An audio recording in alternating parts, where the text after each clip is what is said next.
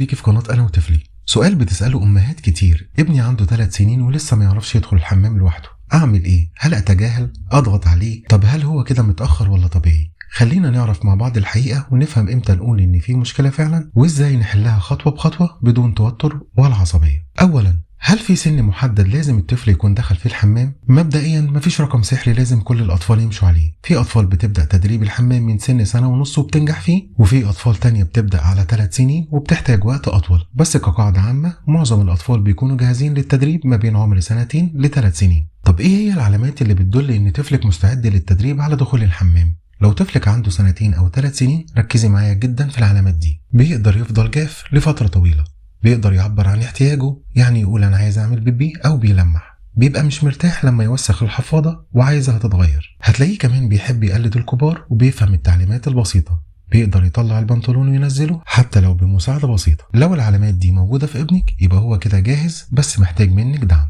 في سؤال تاني بيتسأل: ليه الأطفال بتتأخر في دخول الحمام؟ في أسباب كتيرة ممكن تخلي الطفل يتأخر شوية، ومنها الأسباب النفسية: اتعرض لتوتر أو ضغط زي ولادة أخ جديد أو مشاكل في البيت، أو كان ليه تجربة سيئة مرتبطة بالحمام زي تخويف أو عقاب، أو خوفه من الحمام نفسه خصوصا لو الحمام كبير أو الصوت عالي.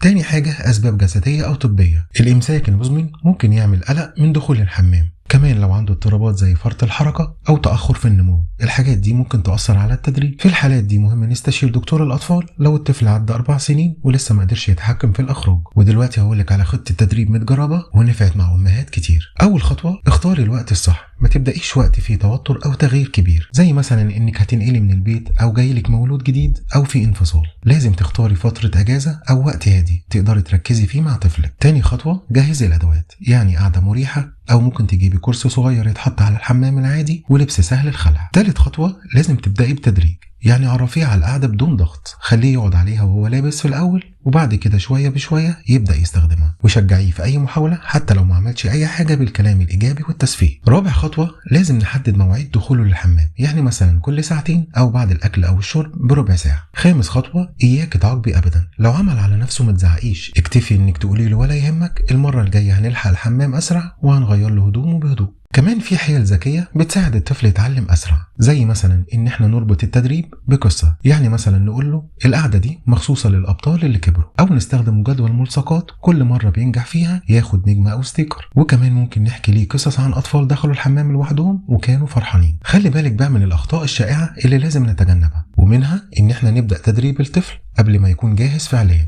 أو نقارنه بإخواته أو أطفال تانيين، أو نزعق له أو نستخدم كلمات محرجة زي مثلا عيب أو أنت كبير، أو نخليه يقعد بالساعات على القعدة. وهقولك معلومة مهم جدا تاخدي بالك منها: الطفل بيتأثر بنظرة الأم وتعبير وشها حتى لو ما قالتش ولا كلمة، يعني لو عمل على نفسه وشاف ملامح استياء أو قرف ممكن يخاف من التدريب ويتأخر أكتر. شاركينا في الكومنتات لو بتدربي ابنك على دخول الحمام، قولنا إيه أكتر حاجة بتواجه فيها صعوبة، وإيه النصيحة اللي تديها لأي أم تانية. وفي الآخر مهم جدا إن طفلك يتعلم بدون خوف، ويفتكر دايما إن التجربة كانت بسيطة وممتعة. خدي وقتك وشجعيه، وافتكري دايما إن كل طفل ليه سرعته الخاصة. لو عجبك الفيديو ما تنسيش تعملي لايك واشتراك في القناة وتفعل الجرس علشان يوصلك كل جديد.